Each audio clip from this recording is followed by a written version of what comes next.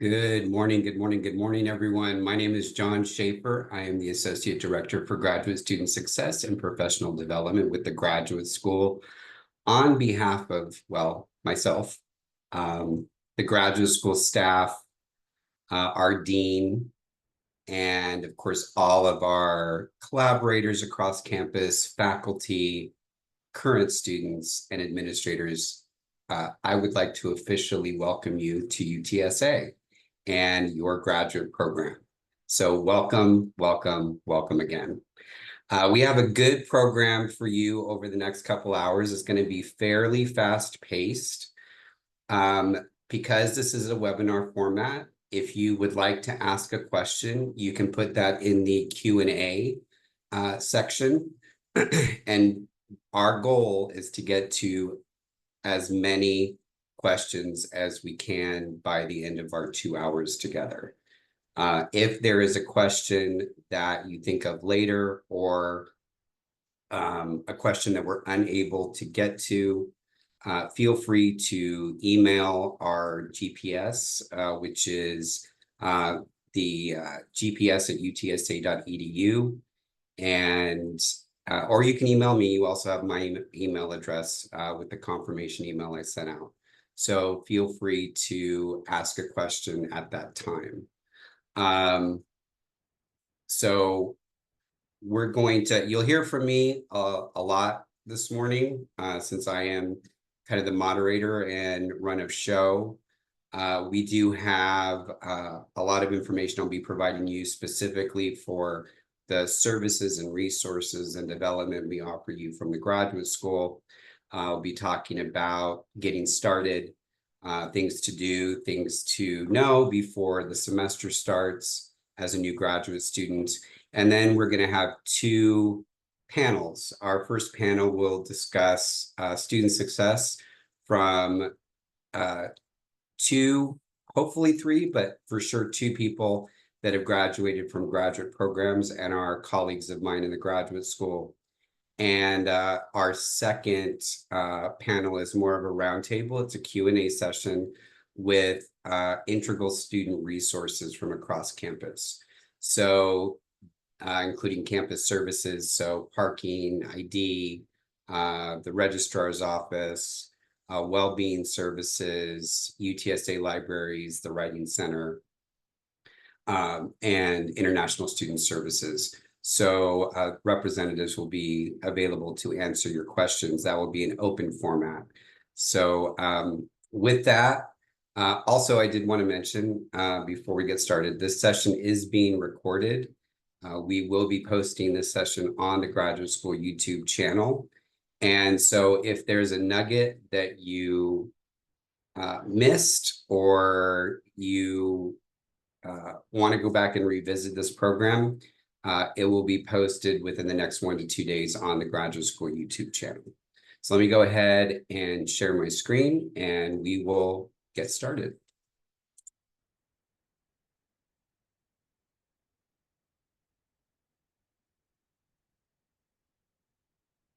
So again, welcome to the Graduate School Orientation. And again, I am your host, John Schaefer. And just to tell you a little bit about myself, so you can put yourself in my shoes, I can put myself in your shoes.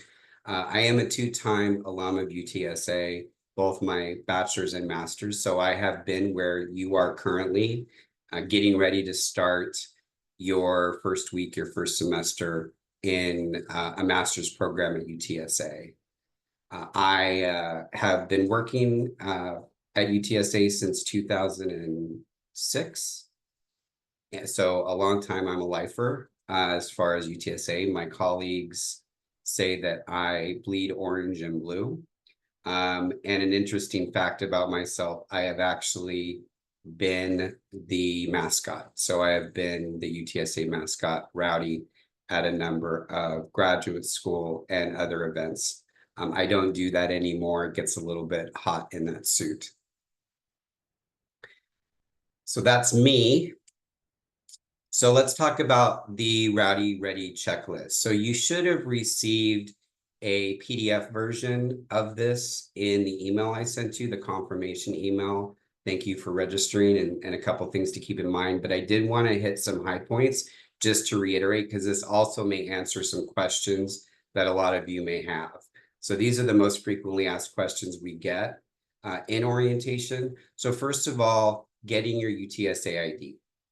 You can do this in person or online. In person, of course, will be on campus, the main campus or downtown campus. There is a link in the PDF version of the Rowdy Ready checklist I sent you. So you can get your ID either way. Is it mandatory to have an ID before the first day of school? It is important. We do highly recommend it. It's what you will use to utilize a number of services on campus. So we do highly recommend you getting UTSA ID. Parking permit. Get a lot of questions about this, but I'm just going to give you a general statement since we have a representative to answer specific questions. You can get your parking permit online only. Your parking permit is not something that's purchased in person. If you were getting close to the start of the semester and you forget or you haven't received your parking permit in the mail, you can print out a temporary permit. That would be a dashboard permit that you can put on in your car just to make sure you don't get ticketed. For financial aid, enrollment, and admissions questions, you're going to want to contact One Stop. You can do this in person or via email or over the phone. So I would encourage you, if you do have those financial aid questions, they have a main office on the main campus. If you want to speak to someone in person, it's located in the John Peace Library. And that is all encompassing financial aid, enrollment, and admissions. Those questions can be answered there. You can also give them a call or an email. We want you to make sure you're checking your student email regularly. So I understand that you probably have a number of emails. Some of you have maybe multiple personal emails. Some of you may have a work email, and then now we're asking you to keep track of another email. Well, this is the primary communication from the university. So all primary communications, all announcements, all emails from the graduate school to all graduate students notifying you of events and services and resources and financial opportunities. All of those are going to go to your UTSA, my UTSA email. So make sure that you check that email regularly. You don't have to check it every day, but I would say good practice is once a week. Check the email, just kind of go through, see if there's anything of interest. If not, move on. Technology, I should have updated this. I just realized it. ASAP is, of course, your student account where you can go in and check grades, enrollment, financial aid, information like that. Blackboard is not something our faculty use anymore. I believe it's now Coursera. So I apologize for not updating that. Excuse me. That is an area where it will be each semester. It'll be, if you log into your account, it'll be sectioned out by courses. And this is a lot of this is the space where your faculty will oftentimes place their syllabus, put any requirements, possibly post grades, post assignments, resources, etc. So you're going to want to make sure that you're familiar with that system. So I do apologize. It's not Blackboard. I forgot to update that. AirRowdy and Zoom. So AirRowdy is our campus-wide Wi-Fi. And if you're stepping onto UTSA for the first time, onto campus for the first time, you will have to sign in using your ABC 123 and passphrase. And of course, you have access to Zoom and other technology options. A lot of the technology software availability will show up on your ASAP account. If you have questions, you can email techcafe, TECHCAFE @utsa.edu. Your department and college orientations, this is going to be program-specific orientation sessions hosted by your department or college as a whole. It is up to each one whether their orientations sessions are mandatory. That's where you're going to be able to speak with advisors, faculty, get program content, get questions asked and answered about your program specific inquiries. So you're going to want to make sure to, if you haven't received an email, kind of be on the lookout for that, or reach out to your college program coordinator or graduate advisor to find out the date and time and location of your specific department or college orientation. We will not be able to answer program specific, college specific questions in this session. This is just a general overview and to get you started on the right foot and to give you some valuable information and feedback and be able to answer some of the questions that you have that are more general to being a student, specifically a graduate student at UTSA. So we do encourage you, on top of checking your email regularly about announcements and upcoming events, et cetera, from the graduate school, we do encourage you to also follow us on our various social media platforms.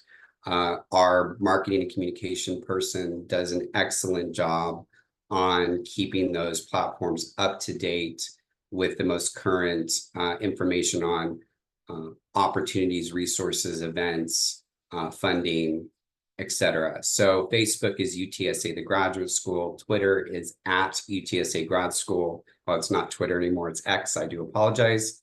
The platform formerly known as Twitter. Instagram is UTSA The Graduate School. YouTube, which I'll talk more about in a little bit, is UTSA Graduate School. LinkedIn is a group, and it is UTSA The Graduate School. The ones we are most active on are Facebook, definitely Facebook, Instagram, and YouTube. So those always have up-to-date information on both in, like with Facebook and Instagram, both in posts and stories. So to talk to you about a little bit about specifically what my team does for master's students at UTSA, we, as I mentioned, kind of part of my title, if you heard at the beginning, professional development and student success. So that falls under the graduate and postdoctoral success team. And these are some of the things, some of the services, resources, and programming we offer you every semester. So first, we have our professional and career development programs. These are hybrid 45-minute to an hour-long programs that cover various areas of professional development. The programming does, we do repeat certain ones every year, and then we add new ones every year. We're normally having 6 to 8 of these programs per semester. And as I mentioned, they are hybrid. So if you are on campus and you want the benefit of attending in person, you can do that. You can also attend virtually. If you have an intent to attend a program in person or virtually, but are unable to make it, because these specific programs are hybrid, we do record them and place them on the graduate school YouTube channel. I told you I'd be mentioning the YouTube channel again. So most of our programs, not all, but the majority of our programs are recorded and placed on the graduate school YouTube channel for future views. So as I think I mentioned, 6 to 8 programs per academic year, primarily in the fall and the spring, some during maybe 1 or 2 during the summer. These will be advertised via email and on social media with registration links, both for in-person and virtual. And In addition to that, we do have a calendar of events on the graduate school website. So if you're one that is more of a website person, kind of looking at the full picture of, a month at a time and picking the things you want to register to attend, you can feel free to go visit the graduate school website and look at the look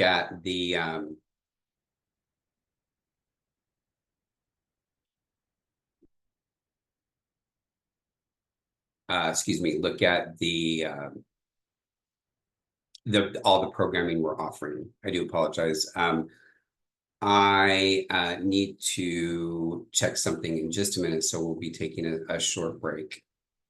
So we also provide micro-credentialing badges.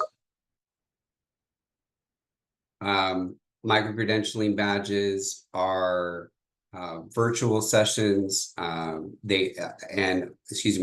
Most of our micro-credentialing badges are linked to programming, so they're engagement focused. So for example, if you attend 4 of the professional and career development programs out of 6 to 8, you can receive a professional and career development micro-credentialing badge that outlines the topics for that specific academic year that you participated in.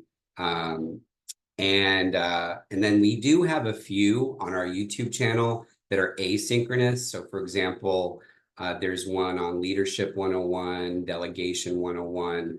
Those can actually be viewed asynchronously. And at the end of the video, there's instructions on how to submit your deliverable to receive the badge. So again, a lot of our programming does have badging attached to it, and I'll be talking about a lot of that programming here, but the professional and career development is one of those. We also have a Career Pathways guest speaker series. That speaker series is offered in the fall and the spring semesters. This will be the last semester where we are college focused. So we've done 5 previous semesters focusing on a college each semester and a deep dive into career development, career pathways outside of academia. And this will be the last semester doing that with the Alvarez College of Business. And then we will be doing a new model for the career pathways starting in the spring, which we're currently deciding on what direction we want to go. So we have, as I mentioned, 3 sessions. One is an alumni career story. The second one is a career trajectories panel where it's a Q&A session with panelists. And then we have our national perspectives, which is oftentimes a 20,000-foot level on industry trends, opportunities in currently the specific college we're focusing on. And again, this semester's College of Business. So our speakers oftentimes are alumni, but sometimes they're industry leaders and like national organization leaders. So that you can be on the lookout for those. Again, we advertise those on social media and via email and on our website. Before I get to the 3MT, let's talk about the grad space. The grad space is located in the Multidisciplinary Studies building on the main campus. It is a space that can be reserved to use if you're wanting to practice a presentation, if you're wanting to do a little computer work.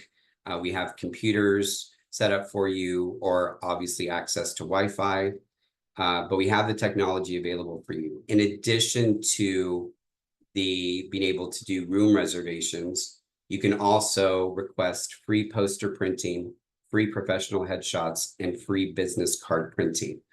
All of the way you do this is located on the graduate school website, and you'll see a link at the top of the website, which says grad space, and this is where you will see these offerings and how to submit your poster, how to request a professional headshot, etc. Finally, I want to talk to you about the 3MT. Now, it's probably not anything you're going to be involved in this semester specifically, your first semester, but every year we do a 3-minute thesis competition. This is an international competition, and UTSA is a host of our own 3MT program. And it gives graduate students, both master's and doctoral, the opportunity to present your research in 3 minutes or less in front of an audience and panel of judges. We are, and the first, second, third, and People's Choice do receive a financial award for winning. So we host this every fall semester in October. The winner of the competition gets to go to a regional conference out of state, paid for by the graduate school, to compete. And we are one of the few universities as well that have a model where we have a boot camp months prior to the competition to train anyone that's interested in preparing to compete in the 3MT.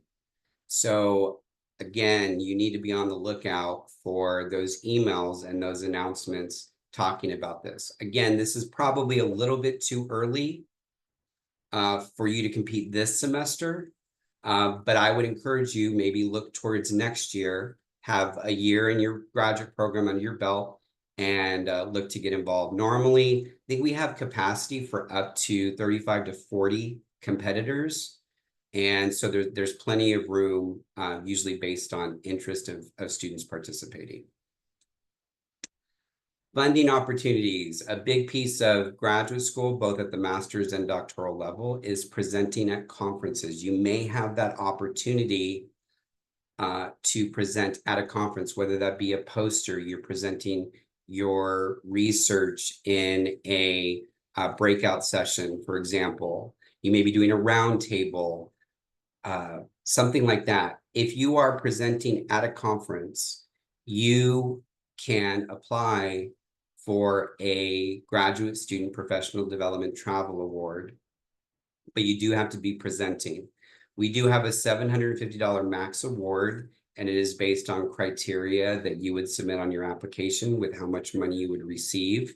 We can cover hotel costs, flight, gas, and registration fees for your travel. We do have fall, spring, and summer awarding. We have 2 deadlines in the fall, 2 in the spring and 1 during the summer.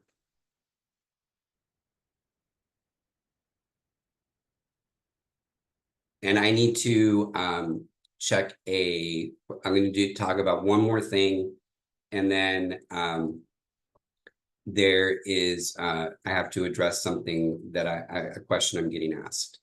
So for community building, we have a number of opportunities for you. Of course, you've probably already been advertised Roadrunner Days, which always happens at the beginning of the fall semester. This is for all students, and it's usually a 2-week program. And there's events all over campus, some off campus, but it is available to all students. If you were to go on to your internet browser and Google Roadrunner Days, UTSA 2024, it would take you right to the website, and you can see all the list of events that are available to students. That, of course, it is at the university level, so I can't speak too much about that. For specifically from the graduate school, we have Graduate Student Appreciation Week every year in the spring semester. It's always the first full week in April 7th through 11th is going to be this year. And we offer a whole host of special events and programming that are free for graduate students, including a 1-day research symposium with an offering of poster presentations that you can participate in. So be on the lookout for that. Of course, little ways to go. First Fridays are a mainstay of the graduate school, and it is a program that was established in 2016. And every most months in the fall, spring, and summer, we offer on the first Friday of the month, we have a networking and engagement event where students can come network with each other. We often, most all times, have some donuts and coffee for you to kind of get your day started off on a sugar high and caffeine rush. And then usually we have some giveaways as well for graduate students. So that is every first Friday. Again, all of these things, with the exception of Roadrunner Days, are advertised on the graduate school social media platforms. And then we don't forget about our downtown campus students. We also provide an event on the first Fridays are always in the morning, 9 to 11. The downtown campus monthly meetups are structured slightly different because they're in the afternoon hours, 4:30 to 6. And they're also usually the first week of the month. Depends on room availability. Sometimes it's a Tuesday, Wednesday, or Thursday, but again, advertised on our social media platforms. And it's kind of the same deal, only because it's in the afternoon, not coffee and donuts. In the past, we've done paletas, we've done kind of unique foods from local eateries in San Antonio, beverages, and also oftentimes some giveaways for graduates, some free giveaways for graduate students. So be on the lookout for all those events. And let's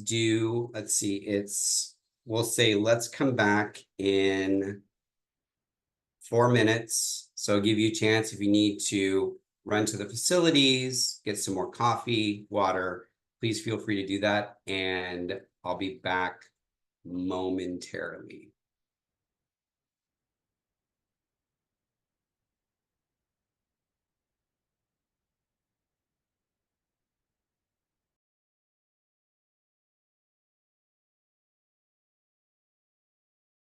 We are back. I had to take care of some technology issues, but we are back, and I am happy to introduce our 2 panelists that are very close colleagues of mine in the graduate school. Both of them have graduated from master's programs, and they are here to answer some of my burning questions, and then can answer some of your burning questions. So I'll let them introduce themselves and kind of what they do at UTSA. But first we have Eric Uriegas, and we also have Dr. Maria Medrano. So welcome, Eric, and welcome, Maria. And I'm going to let you both kind of introduce yourself and talk about a little bit about what you do at UTSA. Thank you, Eric. My name is Maria Medrano. I graduated about 3 years ago from the PhD in psychology program. And at the graduate school, what I mainly focus on is securing grant funding for graduate students. So applying for government grants to bring in training programs that will benefit master's students, PhD students, postdocs, anything that will allow us to provide you with evidence-based training, pretty much. And I also focus on special projects, so working with populations such as the Dreamer Center, First Generation Student Center, and those types of UTSA departments. Hi, everyone. My name is Eric Uriegas. I am a doctoral student right now in the higher education program here at UTSA. I work at the grad school, but I'm transitioning out to a job on Monday to work for the College of Liberal and Fine Arts. Over there, I will work with the life cycle of graduate students. So the easiest way to explain it is like you have the faculty who are your Batman. They are the front lines, right? Helping people. And you have the Alfred behind the scenes in the back, making sure Batman can do everything that they need to do. I'll be the Alfred, so I'll be just doing the behind the scenes stuff for all the students in the master's programs. Thank you both, and thank you for joining us. Well, I guess it's still this morning. So let's start with this question. So you both have graduated with a master's degree, so some of you guys may have to think a little bit further back. But going into a graduate program and in a master's program and then coming out, what do you wish you had initially done differently? And what do you think, at least walking into your first semester, you kind of hit out of the park? So differently, what would you do differently if you knew, if you know now what you knew, or if you knew then what you know now? And then what is something that you thought you accomplished exceptionally well that helped you in your first semester? And we'll start with Eric. I would have gone back and told myself to go to sleep. I think so I transitioned like to a very different type of university. It was culture shock for me. I went from predominantly Latinx community to like predominantly wealthy white community. So it's just like culture shock. But on top of that, like the coursework was like a very, very different level that I wasn't ready for compared from my undergrad to my grad program. So a lot of that was very challenging for me. And I tried to like do my best to just catch up and do the work, do all the readings, do everything I could to get like to feel like I was supposed to be there. And in the process, I just put sleep on the back burner. So I was sleeping a couple hours each night. It was just really hard. And if I can go back and tell myself anything, I tell myself to go to sleep, like trust in the process and ask for help, because the sleep is the most important part. Like there's no need for an all-nighter. There really is no need for an all-nighter. It's just a matter of being able to like select and prioritize what needs to be done at the right times, and then like getting enough sleep to be productive for the next day. What I will say what I did well is like I did participate, I did get to know people, and like those people helped pull me along. Like you don't just learn from like the people who instruct your courses, you learn from the people that you're in coursework with. So I made really good relationships, and my friends really helped me along where I was struggling, and that really filled in a lot of gaps that made a big difference. So I think that's what I did well, is communicating, talking with others, and being able to receive that peer mentorship support. And Maria? I think something I wish I would have done differently is to build relationships with my peers and the faculty in my department. I did my program as a part-time student who was working full-time. So in my head, it was go to class, do your work, get back to work. Or get back to your kids or whatever other responsibilities I had. So I really didn't understand the importance of building a community and how much that affects your success as a graduate student. So I would definitely encourage you to get to know your peers, get to know your classmates, even faculty outside of your main advisor, just because that's going to be extremely important for your success. We've done some research on that. We have the data to back that up. And so just please make sure that you make at least one friend, start there. And build that sense of community with people who are going through the same thing as you are, and people who have gone through it, like the faculty within the department. One thing I think I did really well was take it slow. Again, I was working full time, and so when I completed my other degrees, I almost rushed through them just because I was like, okay, we have to get this done. We have to get this done. So I took as many classes as I could, and I just tried to get out of there as quickly as possible. Versus when it came to graduate school, I knew that I had other responsibilities, and it felt kind of wrong to slow down, but I was able to adapt. Okay, I can handle one class. Let me see if I can handle two. Okay, I'm able to handle two classes. Can I handle three? No, I can't. So then I went back to taking two, and it just depended. I think I just got really good at making decisions about what the load I could take or I could handle less. So don't be scared to slow down if you need to, even if you need to take a break. I know a lot of us like to do summer classes to get classes out of the way, but if that's just not something that you can do, it's not the end of the world. So I'd like to take a deeper dive with both of you on something that Maria said, which was the importance of the support and networking with your cohort, with the students that you start with. So I'm guessing because of who you both are and based on what Maria said that you did that. How did your like students, your classmates, your cohort, how did they support you in your success in your graduate program? And we'll start with Eric. I wouldn't have made it through my program without my cohort and my masters. I think for me, our program was very like cohort based. You're with your cohort all the time. We would wake up and we go teach. We drive out to teach like an hour out at 6:30 every morning in the summer. We'd finish coursework at 5:30 p.m. and we were in coursework Monday through Friday. Like that was the schedule. So we were together all the time at that time. So really that made it easier to get to know them. But as we like went into the school year, we weren't on that same schedule. We were in different places, teaching in different states.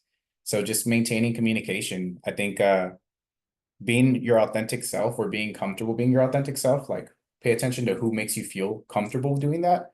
Those are the people you want to talk to. Those are the people you want to get to know. Those are the people you want to text, check in.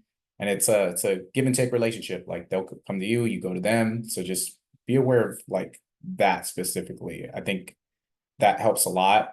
But as you build that, you continue to support each other and you're experiencing not exactly the same, but you're experiencing something similar as the other person, which someone else can relate and understand, right?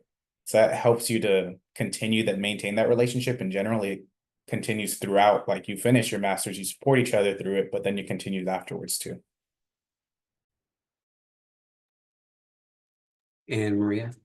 Yeah, I definitely agree with Eric. I don't think I would have made it without the support that I received once I started making friends, of course.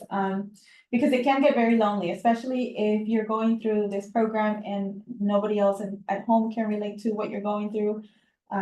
Whether it's just because of the field you're going into, or maybe you're a first generation student, or maybe some other people in your home have completed degrees, but not a master's degree. Regardless, it can get very lonely. So getting to know people that are going through a similar experience is definitely helpful. And at the same time, just in general, it was a lot easier to study for comps, to study for any type of exam, or to even get, the only time I ever really got homework was in a stats class. And so to get through homework with other people versus you doing it on your own, not only because of that companionship, but also because they help you realize, okay, maybe I understood this wrong, and you get a bunch of other different perspectives that help you either realize that you maybe misunderstood something, or just get a better view of what you're learning. So let's talk about faculty engagement. So graduate school is far different than undergrad. Smaller classes, the classroom environment is oftentimes discussion based, concept theory, idea generating and adding to. So in and out of the classroom, what do each of you think is the best ways to engage faculty? So let's we'll go back and start with Maria. I think the main thing is don't be scared to show up during office hours. Most of the time, that is the time that faculty are free and not a lot of people show up. I've been teaching for about 2 years, and I don't think I've ever had anybody just show up. So it can get lonely. Maybe I just like people. But if you have any questions, or if you just want to start building those relationships with the faculty member, just show up to office hours. I think it's probably one of the best options, especially if any of you plan to pursue PhDs or other professional degrees. It's going to be very helpful if you start building those relationships early, so you can get those letters of recommendation, or even for them to allow you to help you network with other faculty in the field throughout the nation or worldwide. And Eric? I think just ask questions. And I know how simple it sounds, and it's not that simple, but like, don't be afraid to ask questions. If you don't want to ask in person, if you don't like send an email, like write it down, share with the professor before class. Like Maria said, you can go to office hours, but like ask questions. Most of the people are here not because they're making $600,000. They're here because they want to help you. Like, they're here for students. So like, as long as you let your curiosity, whether it's about like continuing your education, something you don't understand, or just asking a question of like, hey, like, am I doing this right? Is there a way you'd recommend doing this better? Right? Like, ask a question. And if someone can't answer that question, most of the time they'll point you to someone who can, right? And I think like that curiosity shows faculty that you want to learn, that you want to engage. So it gives them that much more motivation to continue like trying to help you, right? Or finding ways to help you. So I think like that asking questions, at least for me, was like the best thing I could have done. I didn't realize the power of asking a question, but like it's paid off tremendously. And I'm so grateful to my mentors for answering those questions and helping me get to where I am now. Yeah, so I think the moral of that is if you have tended to be the person that sits in the back of class, you don't ask questions, you keep to yourself, you're definitely going to want to change that engagement style in a graduate school classroom. So let's talk about imposter syndrome. In case you as meaning the students are not aware what imposter syndrome is, it's in general the feeling that you don't deserve to be here. You haven't met, you're not at the same level as other people. You're not able to offer the same things as everybody else. I think we've all faced it in one situation or another, professionally, personally, now academically. So let's talk about imposter syndrome as it relates to graduate school, and if you all faced it, and then how did you overcome that? And we'll start with Eric. Oh, it is a scary monster that like everyone that I know has faced it. I don't know anyone who has not. I definitely felt it in my master's. I felt it in my PhD. It's a weird feeling when you go somewhere and you're like, I don't know if I belong. All of a sudden, you're just questioning yourself. The best way to combat it is, I think, like, who is your support system, or like what group of people are your support system? Like, I'm first gen, like I'm real close to my family. Was blessed with a great group of friends. So I'd just be honest with them about it. And they would tell me like they'd listen and then they'd reassure me, right? And just kind of feeding off that energy. Like if they believe in me, like why shouldn't I believe in myself, right? And trying to like focus more on like that positive and like acknowledge the negative feelings that crept up, but like reinforce the positive. And it sounds silly, but like I'd say it out loud. Like I'd tell myself, like I had a little saying, which I won't say on camera, but like I would say this thing to myself that would like make me feel good, give me that little confidence. Kind of like if you watch Ted Lasso, right? Like Rebecca did her like tall thing and like Nate did his little thing in the mirror, don't do what he did. But like there's those little things that you find that help pump yourself up and like use that and focus on that positive, do that thing, and then like go into class. Like or like when you're feeling at your computer, like do that. Take a minute to walk around, like whatever it is to clear your mind for a few minutes. But if you tackle it with positive thoughts, it really does make a difference. And then Maria, I mean, you're psychology, so you could probably speak even more in depth about that. But like, yeah, that's how I handled it. That's how I faced it. But really, like, it all started with like identifying my support network, and they're the ones who help push me over that hill first. Maria, take it away. I definitely felt it, and it wasn't necessarily when I was admitted to the program or even during the orientation. It was on the first day of class. Like John said, the class is very different. You're not there necessarily to take in information, but you're there to discuss with your peers. Something you should already know based off of the readings from the class.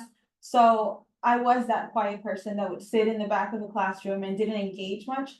So listening to everybody give opinions and discuss, and everybody was just so well spoken. That was something that made me feel like, wow, what am I doing here with all these intelligent people? And so when you start feeling those types of emotions, I would I would recommend that you remind yourself that there's a reason you're in this program with all these other intelligent people. And that is because all of you were chosen by the same committee of experts in the field that you are working in.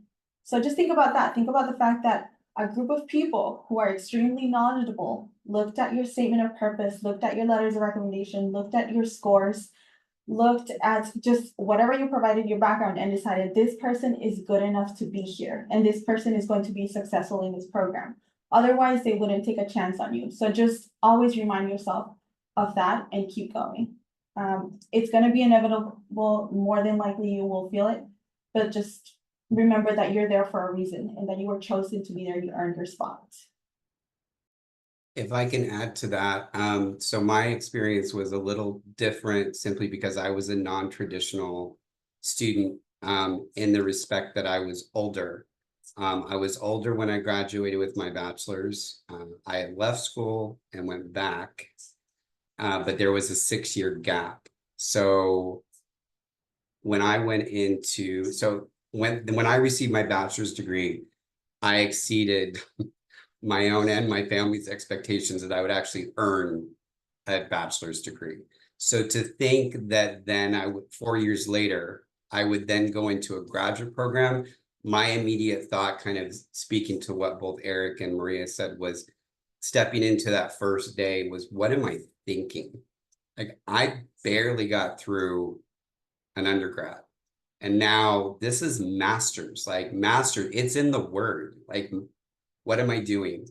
But what I found is if you try to put all those doubts aside, because as Maria said, you all deserve to be here. But get through, the first class period, the first class discussion, the first paper, the first test, give it your all, start building that confidence. And what I found is by the end of the first semester, that imposter syndrome was gone. I knew that I was intelligent enough. I knew that I belonged there, and I knew that I could succeed. So I think it's the main thing is confidence. You have to have confidence in yourself that a committee of faculty, as Maria said, would not make an incorrect decision to admit you into a graduate program. So the last question I have is a big piece of graduate school that nobody likes it. They're the worst 2 words that are ever uttered. And we don't have to do it as much in undergrad. And usually our experiences are horrible. Those 2 words are group work.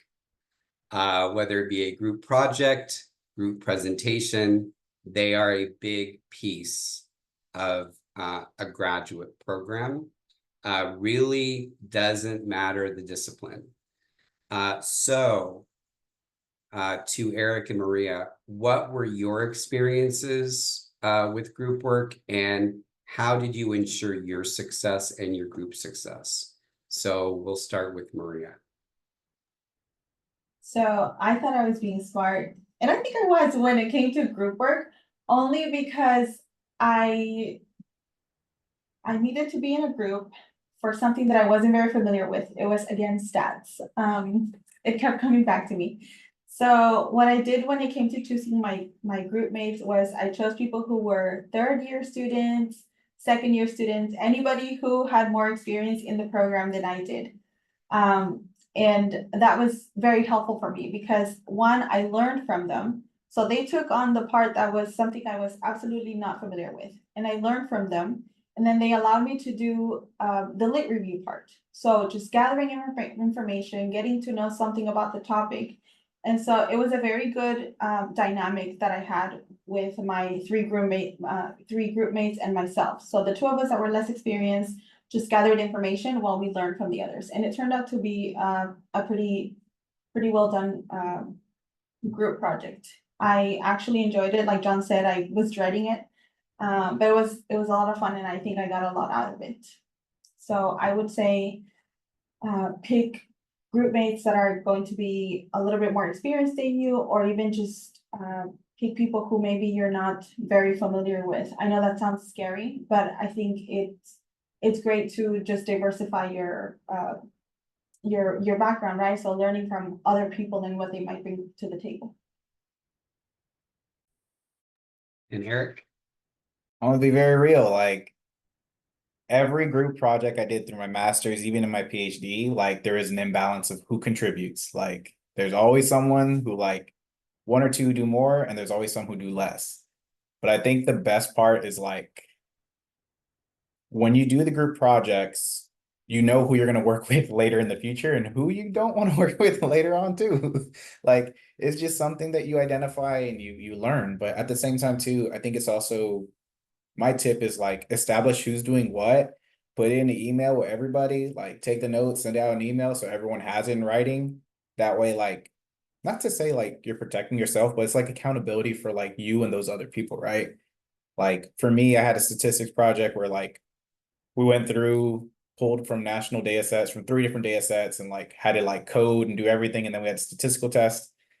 I felt comfortable with statistics, so I did more of the work, but instead, like I gave the grunt work to other people. So I let other people do like the boring part, which is like merging the data sets. Who was the political party in this state? Who was like, what kind of institution type was this, right? Like I made them do the tedious tasks that took about 5 hours of work, where I got to just do my analysis, which had more thinking and writing involved, but like we had it in an email, we had the agreement. So like at that point, people did what they agreed to do. So just have it in writing. It's an accountability measure. And then just like remember who worked well and who didn't. It's going to benefit you because you're not going to have one group project throughout your program. If you do, I'm very happy for you, but it's very unlikely. I want to add to that, the whole having in writing part.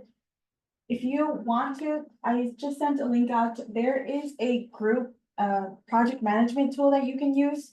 And so it's called Asana, and actually John's sister introduced me to it. And it's really cool. It allows you to give people tasks on there and check those tasks off. So you can use it in a group setting to where you assign people whatever small task they have to do, and then they go check it off. If they miss their deadline, it'll send them an email, it'll send you an email. So I think it's very useful for that, and also for yourself. If you find yourself being a person who doesn't manage time very well or have a hard time achieving like little goals, you can just assign yourself tasks on a single person project as well. So I would recommend that you check that out.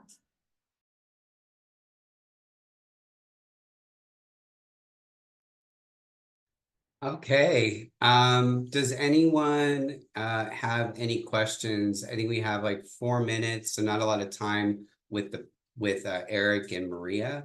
But do any of you have any questions that I can, oops, wrong window.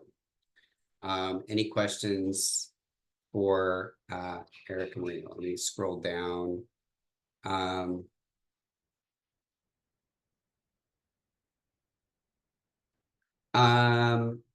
Is there any important tips that you can share to an international student who will be for the first time in a new country and new university environment? I think I don't have that experience, but what I would say is like when there are activities put on by the university, go and attend. So like John's team will have First Fridays where they'll have like breakfast and donuts. If it fits in your schedule, like I would recommend attending. Just so you can meet other people, because there's other people who are international student coming for the first time too. Like I think it's good to meet people who like have the same experience, but you also get to meet other people too. It's just like a networking event, but you can meet people. So I think that's really helpful. Ask in your department, ask your advisors, that can help as well. So they've had students in similar situations, so they can provide advice and recommendations. The university also has like a lot of resources. So one thing that helps, we have 2 campuses that are pretty far apart. We have free access to the bus, like students can ride the bus for free to get to and from campus in a straight shot shuttle. So just like ask at your department, they have resources available and they can share those with you, just so you know like different things that can like help out with your transition into the university. I would recommend that you talk to people in the International Student Association. I joined one of their sessions for, I was just gonna do a talk with them. But I was able to just interact with them for the first 15 minutes, and there are graduate students in that group. So it's really nice because they share their experiences with each other. They're very welcoming and they share resources. So if one of them has a car, you know, they can help you out by taking you grocery shopping. Or if one of them has been here for a while, they would, you know, give them tips on how to get around town. So I, like Eric said, I don't have that type of experience, but I know that it was really nice to see the international students in that organization help each other out. Especially, I think I joined their session in COVID, so they were really a big support network for each other. I will do one more just because I think this is relevant to everybody. So the question is, so a master's program consists of presentations, exams, group work, and discussions, question mark. What are the exams like? And then how hard is a master's program on a scale of 1 to 10? And whoever wants to field it, we'll have just one of you field this one just because we're running low on time. I think it just varies by your program and your discipline. Like I'm in social sciences, my master's of education, teaching focus. So I did a lot of like teaching related like activities, assessments, like data, statistics, but a lot of writing for my assessments. I did not have any multiple choice or anything like that in any of my programs. The other aspect for hard, to me, like I think it's not a scale that's consistent. I think it's always hard when you come in because it's brand new. Any new experience is hard. So it's like drinking from a fire hose at first, and then it settles down, you get the hang of it. And then as you start transitioning out and you're thinking about next steps, it gets a little harder again because like you're finishing up that program, right?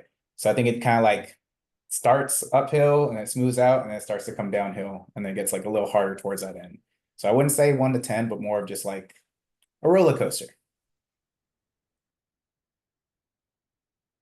Well, as always, I'd like to thank you both for being with me and all of us this morning.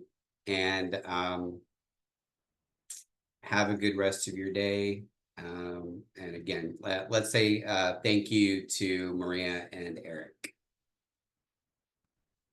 Thank you all.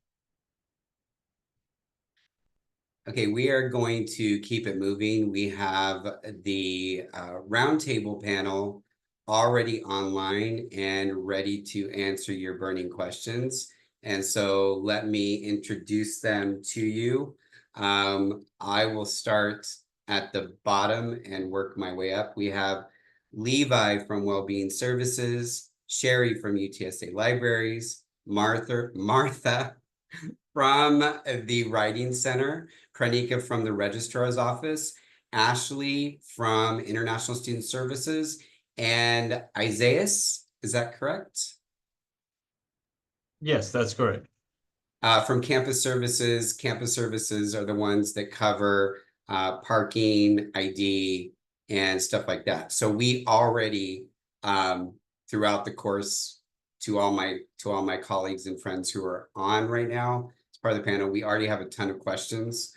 So I'm going to move back up to the top of them. And Isaias, buckle up because a lot of them are about parking. And we'll get started. So first question is, do we need a different ID from our undergrad? No. No, y'all do not. It would be the same ID for all students. And another one for you. I tried getting a parking permit only, but it says there are no permits available at this time. What should I do? You can call our office. Most likely it's a glitch on our end and it's a really quick fix. You could just call our office and we'll get that fixed for you. All you need to provide is your ABC 123. I think Kranika, if you get, how does a student find their UTSA email, their My UTSA? Where do they need to It go? should be in their ASAP account on the very Okay. first page of the ASAP account. Okay.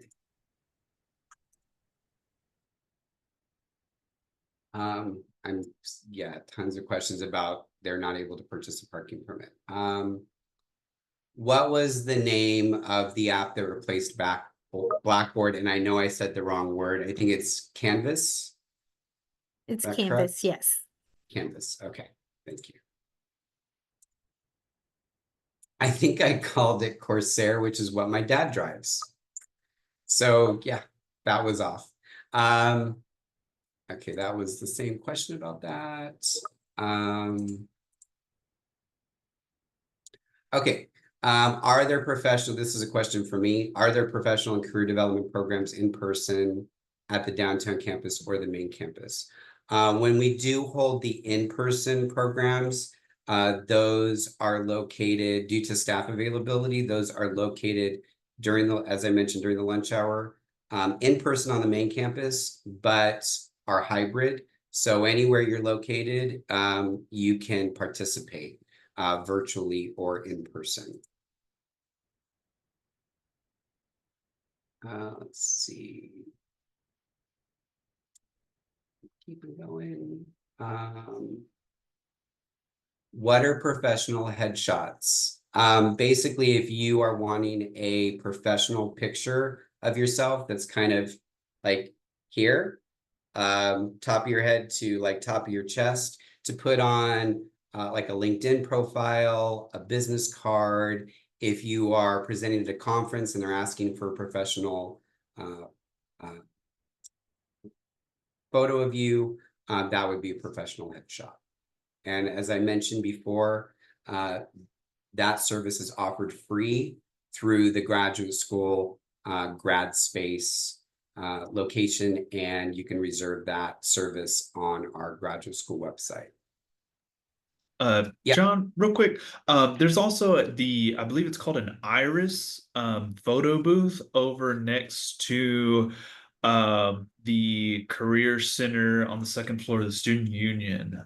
So that's another option available for students. Not to like steal y'all's thunder, I'm sure y'all's booth is wonderful, but there's another in the Student Union as well. Yes, thank you for mentioning that. Ashley, this one is for you. Can I start my classes online as I wait for my visa approval since I've already gotten the I-20? That's a great question. Yes, it would be okay to start online. If you're able to come to the US, we're hoping that you can get here within the 30 days of the I-20 start date. That is the deadline for us to register your immigration record. But upon arrival in the US, you must transfer those classes or transition those classes to hybrid or in person, since online is not allowed. Since international students must have 6 credit hours that are in person or hybrid each semester. If you're unable to get here in time, I would highly recommend either deferring your admission, so maybe dropping classes before school starts, or complete the semester completely online from your home country. We'll defer your I-20 to spring 2025, and then you can come in person, which probably would be a good option. But if you have questions, please feel free to email me directly, and I can help you with any other questions you have about that. This is an easy question to answer for me. Will this presentation be available for review? Yes, it will be posted within the next couple of days on the graduate school YouTube channel. So if you go on to YouTube, search for UTSA Graduate School, you'll see our channel and be able to view this session. Isaiah, how long, once they order their parking permit, will they normally receive it in the mail? They just got printed on the 1st of August, so just depending on when they ordered it, it takes about a couple weeks. But if it doesn't show up after that, chances are it got lost in the mail. You can visit the cashier windows at the Jimenez or Biola garage and show them proof of purchase, and they'll be able to give you that permit there. And another question about the ID card is it the same as the UTSA card in the My UTSA portal that can be used to load dollars on for meals? Yes, it is all one card. Yes. Awesome. This is a question if anyone on here, which I think the majority have gone to graduate school, master's program specifically. It's your first day of grad school. How would you start it on a good note? And how would you come in prepared? From my experience, and then if anybody else wants to give any insight, first of all, make sure you're on time. Make sure to know the location of your classroom. Or just make sure to log in on time if it's virtual. Make sure you have looked at what is expected for the first day of class. So you've already looked at the syllabus, unless the faculty member is actually giving you the syllabus on the first day of class. I think that's more rare now. Usually it's going to be posted on Canvas. And know if there's anything already required. Sometimes faculty members, because these class sessions are longer than undergrad, so some of them are, 2 hours and 45 minutes. This is not just a first day, get to know you, go over the syllabus. Oftentimes they jump right in to the coursework. So just be aware of what is expected for that first day from each class. Is there anybody else that wants to feel this for first day of graduate school, how to be successful?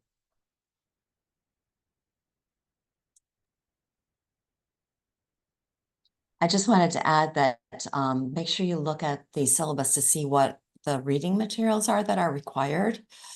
And you can often check and see if the UTSA Libraries has any of those textbooks available for checkout on reserve or even in the stacks. It might, we don't have all of them, but it might save you some money in class textbooks. Okay. Just going through and deleting questions that we've already answered. Okay, Isaiah, which parking permit do you recommend for the downtown campus? That would be just the commuter one, because every other space would be employee B. So since you're going downtown, that would be the commuting parking permit. And Ashley, I think this is maybe related more to international. I received an email to check in on campus on August 16th. That was probably from Shorelight. That is the agency that a lot of our new incoming students are going through. That is actually incorrect. We're having our welcome week starting the week of the 19th. So next Monday is when we're expecting our students to be here. And we have a variety of check-in options available. We'll have an orientation for undergraduates on the 22nd, and on the 23rd, we are having a welcome social at the Convocation Center for all international students, so all levels. So we've sent out some emails about all of the activities next week. Please check your UTSA email, because that's where we're sending the information to. And again, any questions about arrival activities, just let us know. We're happy to help. This is a question that I can give just a quick answer for. How can I get an on-campus job as a teaching assistant or research assistant? Where can I apply? Most of those positions for the fall semester have already been filled. They're already conducting the trainings for those students. In fact, the training for the teaching assistants does end tomorrow. It was a week-long training. But where I would start moving forward is with your academic department, because that's where your assistantship position most likely will be housed. If there are positions like a research assistant in a non-academic department, like sometimes like the graduate school has graduate assistants, and I'm sure there are other departments as well. You can look on Handshake, which is through the Career Center portal and the UTSA Career Center portal, and you can see if there are any graduate assistant positions listed. Ashley, how does an international student learn and register for a driver's license? So whenever the student arrives in the US, they complete the immigration check-in with our office. Through this process, this is where we actually will activate their F1 student status within the immigration system. Then they are allowed to request a driver's license after 30 days of establishing residency in Texas. And everything is done through our student portal. So the same student portal that they applied for their I-20 documents, they can request driver's license, social security letters, all sorts of different things. So would recommend just once you do the check-in after you arrive, go through our student portal, see all the different options that apply to you, and request all those letters. And we'll usually generate those within 2 to 3 business days. Isaias, but I think I actually can provide some insight to this. I am at the downtown campus and only have night classes. This semester, I was recommended to buy the Twilight parking pass when I spoke to someone. If next semester my classes aren't offered at night, but I have to purchase a different parking pass. I would suggest if you think your schedule is going to change in future semesters, just order the commuter parking pass because that covers you for day and evening. And it's really, there's not a huge price differential. Would you agree with that, Isaiah? Is just get the commuter? Yeah, because you can park up in the employee spaces if needed after 4:30 with the commuter permit.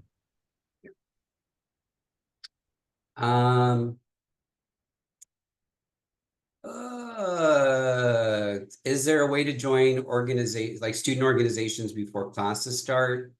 So we can start connecting and getting to know people. Does anyone? Okay, Levi. I can take that. So one thing that I'll highly recommend for student involvement, student org, student groups is Rowdy Link. So you can find just Google Rowdy Link or something like that, and you can go ahead and like reach out to some of the organizations that you're interested in. You can start to take a look at like their schedules, some of their meetings, things like that. You can find the officers, their contact information, and if that doesn't work, I always highly recommend checking out like their social media as well. But you can at least use Rowdy Link to find the organizations, and then you can find other means to contact them. Thank you. For Isaiah, if we're going to the data science building, do we purchase a permit for the downtown campus and walk, or what's your suggestion? So the San Pedro buildings. For the San Pedro building, since the closest parking lot would be the paid De La Rosa lot, my suggestion would be the Little Runner. That's free for everybody to use, and it can take you from anywhere in the downtown area to the San Pedro building.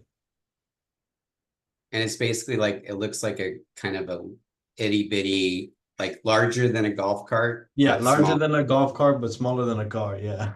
Right. Chronica, what is the minimum number of classes I can take per semester?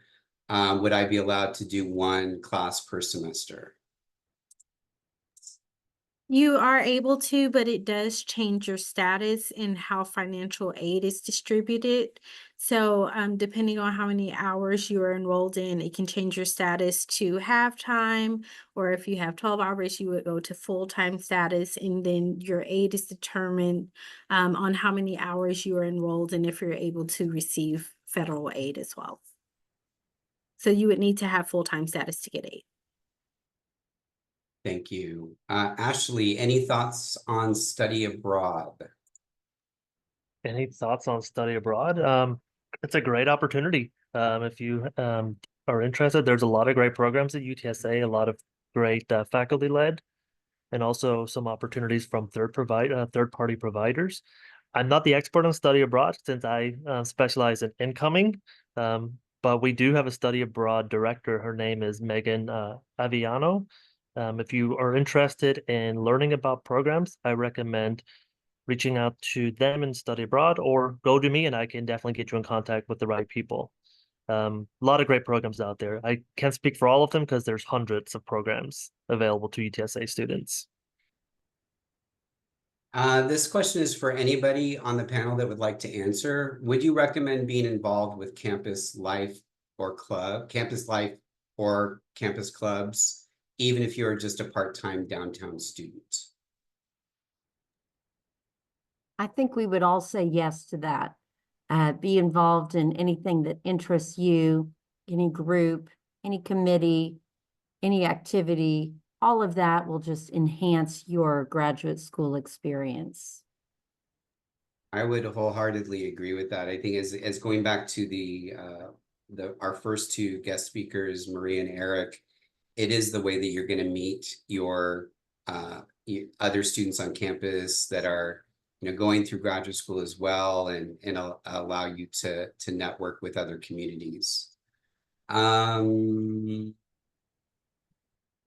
Master's students who have a thesis program, so they're on a thesis track, can they register thesis in the first semester?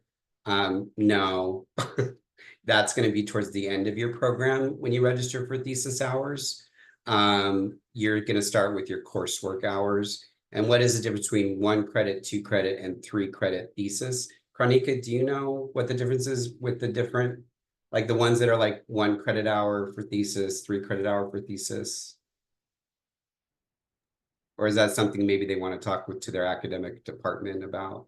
I think that's more program specific, so they would need to speak with the advisor. Okay. Ashley, I'm an international student here, and it shows the TSI, Texas Success Initiative test in my rowdy list. I think it's rowdy list. Is that something I must do? I'm an engineering student. I was wondering why they even need it and how it works. That's for undergraduate students, so I'm not really sure why that's there. Contact us with your banner ID and everything. We can help you get that removed if you're truly in a graduate program. This is a question again for anyone. Is the workload in graduate school similar or different compared to undergrad? Let's not scare anybody. Does anyone want to take that, or a couple of you? What your experience was? I can say something. When I was a graduate student, the work was definitely, there was quite a bit more, but at the same time, it was a field that I loved. So even though it was more work, it was actually something that I liked to do, and I was taking classes that I wanted to take. Be honest with you, when I was an undergraduate student, Spanish was almost what made me not graduate. So when I got into my master's program and studied history and politics, that's what I love to do. And for me, I enjoyed every minute of it, and it was a great experience. I think graduate school in some ways can be easier than undergrad. Anybody else? I would say there's more reading, more critical thinking about the reading. It's not just read and regurgitate. You're actually asked to critically think about the items you're reading, and then also be able to place that your own thought in like presentations and research papers. So it's where a master's program is different than undergrad is the time. So it's master's program, my experience, I always say it's like a Band-Aid, and it rips off really quickly. You'll start it and then it'll snap and you'll be done. It is going to be, you're going to have to schedule your time. Time management is important, especially if you have other responsibilities, family, a part-time or full-time job, is to manage your time wisely to make sure everything is getting done in every aspect of your life. Do I need a new parking permit, or can I use the same one from spring 2024? I already know the answer to that, but Isaias? Yeah, no. You would need to renew your parking permit. Yeah, you have to get a new parking permit every academic year. Sherry, is the library open 24/7? So once the fall semester starts, we will be open 24/5. So we are not open 24 hours over the weekend, but we are open 24/5.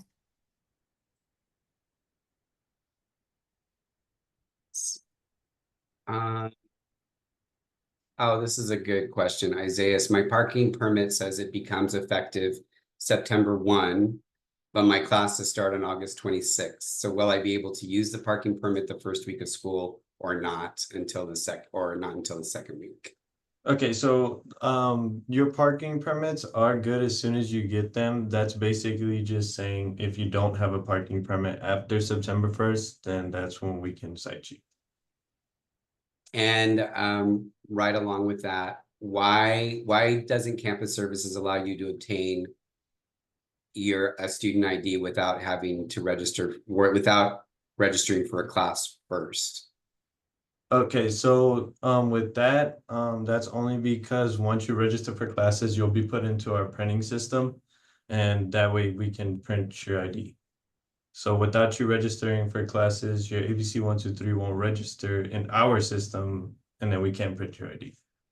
Until basically at the as far as admissions goes and enrollment and how this works together is until you enroll in classes, you are simply listed as admitted, but not an active student.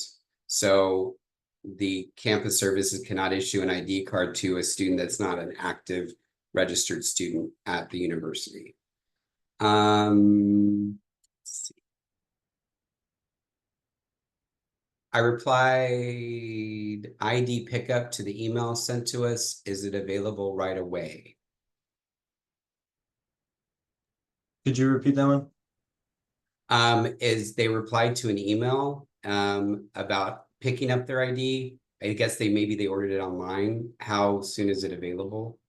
So we have to get those printed out one by one, and then they are sent out in the mail after a couple weeks. If you still haven't gotten it, don't worry, your picture's still in the system. So if it did get lost in the mail, you can come anytime to our office and we can print it out right then and there. Let's see.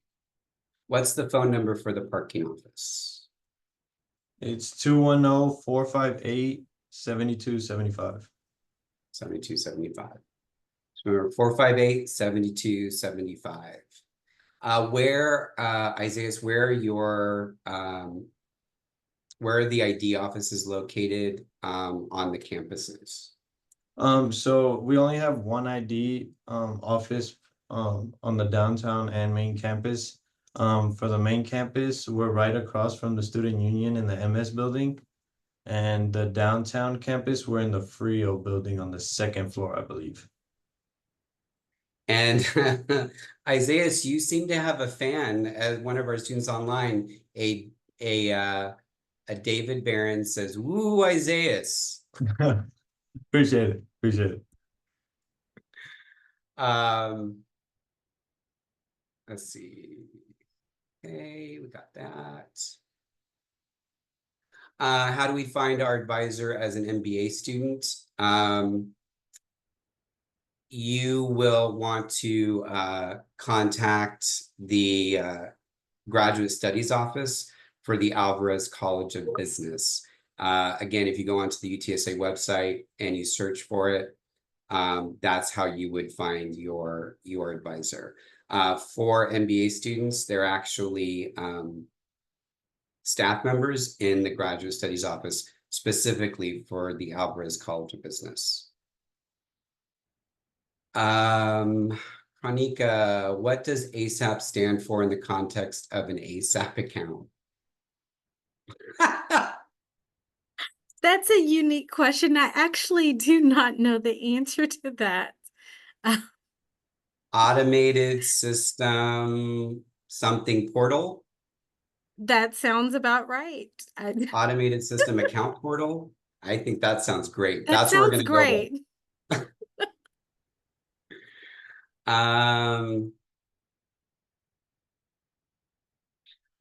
This one, I would be visiting campus 2 days a week for evening classes as I work full-time. Parking permits, I was confused by which one to get. If you're just doing evening classes, the Twilight permit. Isaiah, I kind of touched on this before, but do we need an ID or is that optional? It just depends on if you're living off or on campus. Like I know for the dorms you need your ID to get in to your dorm. But if you have a meal plan as well, you'll be using that for your meal swipes and your dining dollars if that meal plan you chose comes with dining dollars. But it just really depends on your situation. Like if you need an ID, then yes, come and get it there free for your first one. But if you don't need it for exams or you're not going to the rec or anything like that, and you absolutely don't need it, then no, and it's not a requirement. And this next question, this is the first time I've ever received this question, but it is a great question and it can be answered by every single person on this panel. So I will look for an answer, hopefully from everyone. Can you give a quick overview of the differences between the main campus and downtown campus in terms of services and facilities? So the majority of the people represented on here have locations and services at each. So I'm gonna let each of them talk about how they serve both populations. And so we'll start with Sherry with UTSA Libraries. Sure. So at the main campus, we've got the John Peace Library, which is our largest library. And then we also have the Applied Engineering Library, which is over in the Applied Engineering building. That one is a bookless library. The JPL has a collection of physical materials and the computer lab that is open the longest of any computer lab on campus. So that is very useful. The types of things that are in our physical collection at the JPL support the programs that are at the main campus. So there is a downtown library in the Buena Vista building at the downtown campus that primarily has collections that support programs that are at the downtown library. We do have study rooms at both campuses and computers at both campuses. We have staff who can answer your questions. And of course, a lot of our resources are available online. We have online chat service, so you can talk to a librarian online. We have all of our databases are available online. Ebooks are available online. So a lot of those things are available to you without you even being in a physical location. We'll go with Martha next. Okay, I sent you a message, John, that I stepped out for 1 second. So tell me the question and I will They're answer. wanting to know the services, like, for example, the Writing Center offers you. on both campuses. Perfect. Okay, great. Well, the Writing Center is available for graduate students. And we have online tutoring 7 days a week, which is what many graduate students like because you don't have to come to campus. So from home or from any place, you can make an appointment with the tutor, upload a paper, and chat live with the tutor. Many of our online tutors are our most experienced tutors, so they have graduate degrees or are in graduate school. We have face-to-face tutoring 5 days a week in our library location at the main campus on the JPL. And we do have downtown hours. They probably just on Thursday during the day. So that probably wouldn't work for most graduate students' schedules. So for graduate students, I recommend online tutoring 7 days a week. And you would go to our website, utsa.edu/TWC. I will post that in just a moment. And what you would do is you'd go to our website, click on a square that says make an appointment, and then you would register for our account if you don't have one. And that just means you create a password and then you log in using your UTSA email and your password. Our default schedule is always our online schedule. To find our face-to-face schedule, you use the drop-down menu to find that. It's pretty clear. I will also send you my contact information, Martha Smith. When you go to our website, there's always a welcome letter from me with my email, but I'll give that to you as well. So many graduate students use our Writing Center, and we love working with graduate students. So if I can ever help answer questions, be sure and email me. And then John, just one little question here. When I'm trying to put that in the chat, I only see that I could send it to host and panelists. I don't see one where I could send it to everyone. Oh. I don't know why, but I'll send it. And post, just so everyone knows, all the students know and the panelists, within the next 2 days, this afternoon or tomorrow, I'll be sending each person that attended a list of services with direct links. So Thank you. probably more than you need to know, but everything that is being covered definitely in this chat, you'll receive direct links to in an email from me. So be on the lookout for that. We'll go to Levi next. Differences in your services between the main campus and downtown campus. Yeah, so unfortunately, we physically have no, clinical or mental health services here on at the downtown campus. Most of our, or if not all of our services are located at the 1604 campus. However, that does not preclude downtown students, graduate students at any level from utilizing our services. I understand that commuting may be of an issue for some of you. So there are virtual options, whether it be counseling or physical health services. Of course, it does depend on the physical health service you're looking for. You may need to be there for some form of exam or something like that. Our groups and workshops do have an online component. So if you are interested in attending any well-being services,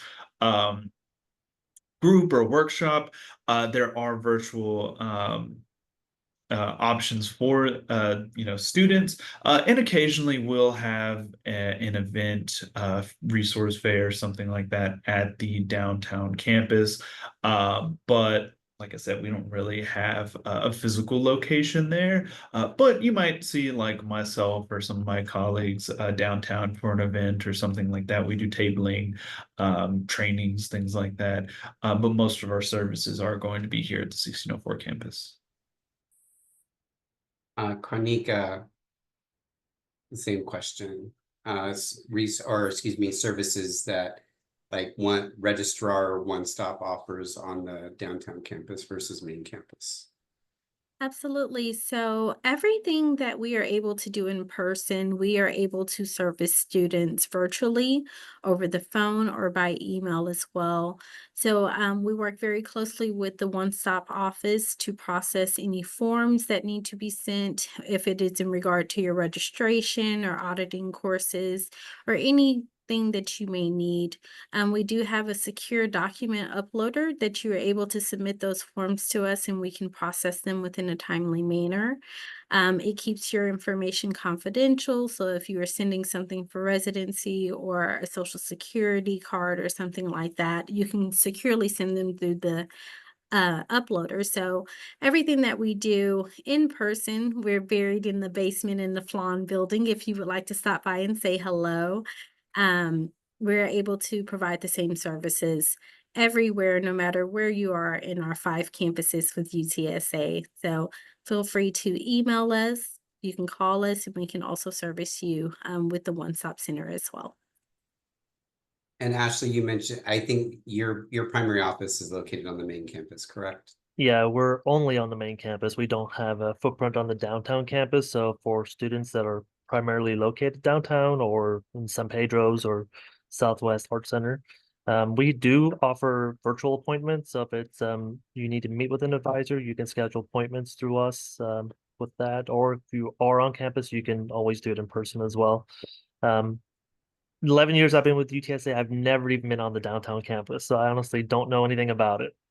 So but maybe in the future we'll have a presence down there. It's been something that we've discussed over the years about maybe one day a week we'll have an advisor down there to serve our students if that population grows. Yeah, I will mention, I mean, just to kind of cover in 2 areas in regards to the difference in campuses. First of all, UTSA has 4 campus locations. So we have the main campus, 1604 campus, we have the downtown campus, we have the San Pedro campus, which is the School of Data Science, and we have the Southwest campus, which is art. So it really, resource-wise, it's not possible for every single office to have locations at 4 campuses. But the one thing that, if there was a good thing that came out of COVID, it made virtual offerings more commonplace and easier to access. And you know, us at the university, we're on quite a quick learning curve to figure out how to move our services virtually. And, you know, 4 years later, we have it down to a science. So anything, even with the graduate school, as I mentioned, our hybrid opportunities, anything that you can have, any session you can have in person, you can also do virtually. Virtually does not equate to just email. This equates to like virtual meetings, face-to-face meetings virtually, just like this. So you still get that one-on-one interaction.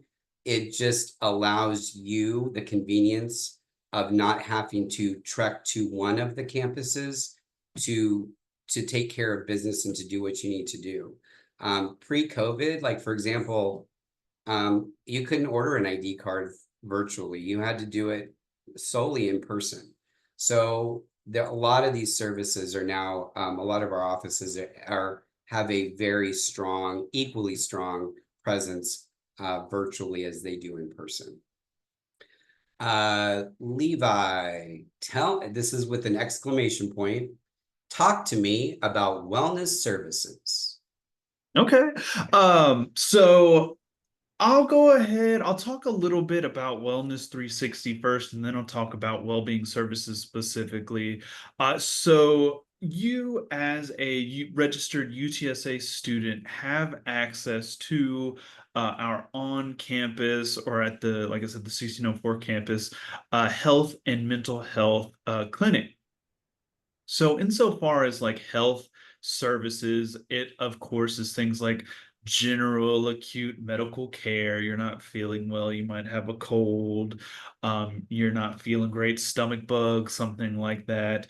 Let's say you're, you know, walking around on campus, riding around on a scooter or bike, you take a tumble, you need some ice, you need a bandage. That's something they can help out with. You get bit by like a squirrel or something, you know, they can help out with that. But they also provide things like STI testing, blood/lab work, women's physical health exams, and other, like I said, general acute mental health or physical health services. So they're not really going to cover anything chronic or long term. And it's similar with our mental health services. So these are all located in one specific area. The mental health services includes things like single session consultations, individual counseling, psychiatry.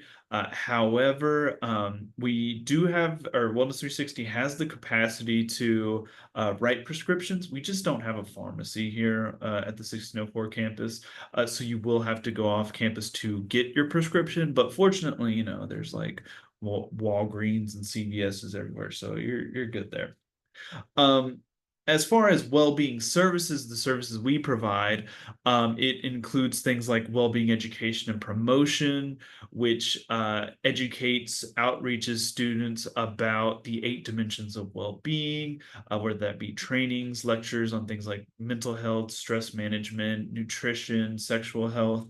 We have our student assisted services, which handles in things like issues with neutrality, advocacy, and other sort of assistance, risk of homelessness, food insecurity. We have our Whataburger Resource Room, which is actually one of the units within Wellbeing Services that does have a downtown location. So it's similar to a food bank. Every student can stop by free of charge once a day, every day that it's open, pick up some items. And oftentimes, you know, people get hung up on food bank and things like that, but it doesn't necessarily have to be you go in and grab like staples. It could be you forgot your lunch at home and you need to go grab a snack, or, you know, you want something quick for breakfast, you can stop by the Whataburger Resource Room. So there is a 1604 location at the Student Union, and then there is a downtown location that is in the Buena Vista building. I would look that up. I can figure something out. I'll put it in the chat or something, or John can disseminate it to you. And so, yeah, there is just this wide sort of umbrella, and that well-being falls under there. A lot of different services. I definitely recommend checking out our website. If you have any questions, you can always give us a call. But like I said, our website has plenty of information for you all.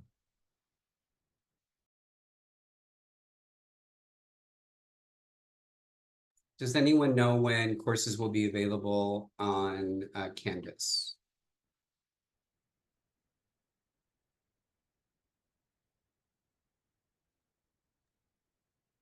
I'm a faculty member also, and I have not received that email letting us know when they would be available. But generally, I'm looking at my calendar right now. I would bet that by like the 21st, the Wednesday before classes start would be my guess, or that Thursday before. Usually your Canvas courses would be available a few days before the semester begins. Ashley, I will be doing my master's on H4 dependent visa. My husband is on an H1 visa, staying in the US for 9 years. Will I be eligible for in-state tuition fees? That is a residency question, so that will be through one-stop enrollment, but most likely if you've been residing in Texas for a year or more with the H4, then most likely, yes, you would qualify for in-state. But I cannot confirm that. That is something that must be decided by the residency office. Okay, and this is another question for you, Ashley. As an international student, I just moved here and want to open a bank account to get a driver's license. Can anyone help me on this, like to guide? And regarding the social security number, how do I get that? Oh, anyway, that's, yeah, those Yeah, two. so that's all of that information again is on in our student portal. So once you're physically arrived in the United States, complete the immigration check-in with our office, where we will activate your immigration record with Homeland Security. Then after that, you are able to request a social security number if you have a job on campus, request a driver's license letter if you're looking to get a driver's license. And also we can help you with bank accounts as well, how to set those up. We have a ton of information on our student portal. There is a section for new arrival guide that's got information on banking, cell phones, apartments, everything. So please feel free to check that out. And if you're still unsure, contact me and I'll be happy to help you. This is an easy answer. So if your classes are solely online, do you need to show up in person? The answer is no. All of your coursework, all of your course attendance would be virtual. I'm an international student and would like to know what is the first thing I need to do as soon as I get to the United States. I want to know if I need to do something online or if I need to go to the university and do something. So the first thing will be the immigration check-in. That again, through our student portal, we have a lot of emails have been sent to all the students with the process. So complete the immigration check-in.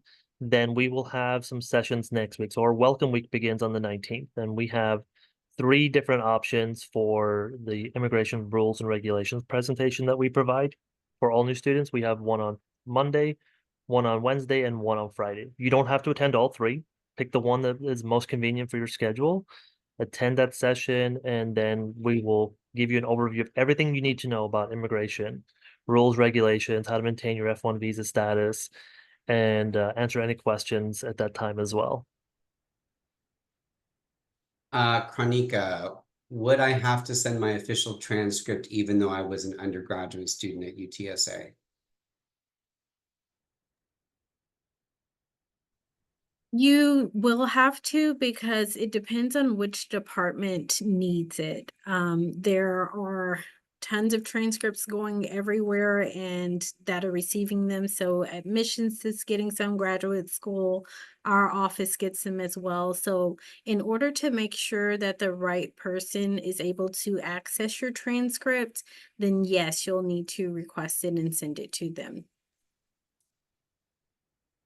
Sherry, are there public printers available on campus, like in the library, and how are they accessed? There are printers available. I'm a little confused by the question, public. I Therefore, think like they're talking about like the print spots. Yeah, there is a print spot locations all over campus, and the library is one of them. We have many different printers. And you will access it from either your own laptop by being on Air Rowdy or using one of the computers in the library. It'll take you right to print spot, and you'll be able.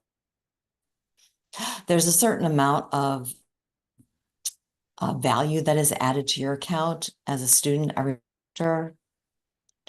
And so that value will allow you to print so many pages before it runs out, and then you can add more value. Isaiah, can you talk about the transportation availability from the main campus to the downtown campus? The student lives near the main campus, but their classes are in the evening. So the student lives in the main campus, but They they're live going close to downtown? the main campus, yeah, but they're Okay. wanting to see about like shuttle service, for example. Yeah, so the Via bus is a great way to get from campus to campus. So you would take the Via bus from the main campus to the downtown campus. I think Ashley or Chronica. Oh, go ahead, Martha. And I think all students and staff have free access to the VIA Pass, so it's free. Chronica or Ashley, what is the procedure for switching from full-time to part-time? I think part-time coursework. I was told that if I don't complete 9 credit hours, so I believe this is an international student, I will automatically be considered part-time. Can you confirm if this is correct? If it's an international student, they are required to have 9 credit hours if they're on an F1 student visa. If they are attending on a different type of non-immigrant visa, then they do not have to be enrolled full-time. But I think sometimes as well, funding is dependent on being enrolled full-time. If they're getting like stipend or a research assistant or teaching assistant, that might be something to discuss with their partner as well if they're not international students. And I did just confirm with financial aid that there is partial aid available for students that do drop below full-time status. It would just be in the form of loans. Let's see. Isaiah, if my parking permit does not come in the mail before August 26th, how do I get a temporary permit? So the temporary permit would be emailed to you once you purchase that parking permit. There will be a temporary one emailed to you, and you can go print that out at your nearest printer, and you would put that on your dashboard until the physical hang tag comes. Let's see.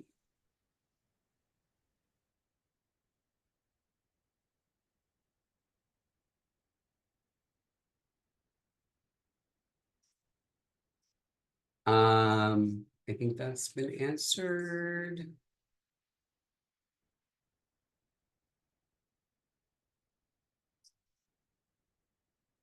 Sherry, how do I check for the availability of library textbooks online? If you go to the library's homepage, there is a big search box right on the homepage called Library Quick Search. You can put in the title of the textbook that you're looking for, and it'll come up and let you know if it's available on Course Reserve. If it's available on Course Reserve, that means it doesn't get checked out from the library. It means you have to use it in the library. But if you just need to like scan a few chapters or whatever, we have some scanners that are free located right behind the front desk. So you'd be able to use those. Yeah, so it's pretty easy. You can always come on chat. Like if you're on the library's page, there's a little chat widget that always pops up. If you can't find whether or not we've got your textbook, you can ask us and we'll look it up for you. So just chat with us. A number of questions about the fact they haven't seen their like the textbooks for the classes posted on Canvas yet. I would just say just be patient.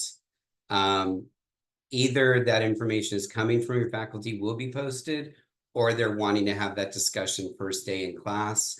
Maybe the course is not going to require textbooks. It's going to be like journal reading or something offered by the faculty member to the student. So I would just be patient, continue to check Canvas. But if nothing's posted, don't worry. They'll give you whatever information is required the first day of class. Also, John, they can go to the class schedules page and look up their course. And if they click on the course number, there is a section where it'll allow them to look for the textbooks.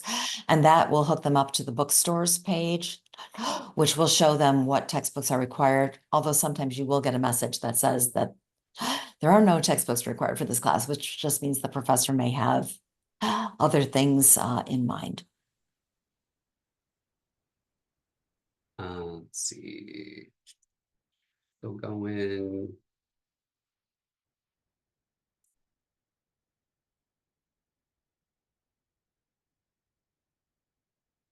Ashley, does the Social Security, I'm not sure what this, does the Social Security accept the SSN letter from UTSA to issue the Social Security number, or do they also need an offer letter to issue the Social Security number? So they do require 2 letters, 1 letter from the department or unit that you'll be working on campus. And we have a template on our website that your hiring department can complete, because there's a specific way they want to see that letter. We will also provide a letter of support, and then students will also need to have their I-20 document, their I-94 passport, and their visa when going to the Social Security card office to request that number. Takes about 10 to 14 days for them to process it and mail it to your address. Let's see. Isaiah, this student has an employee B parking at UT Health. Can they use the permit at UTSA? No, only UTSA permits are valid.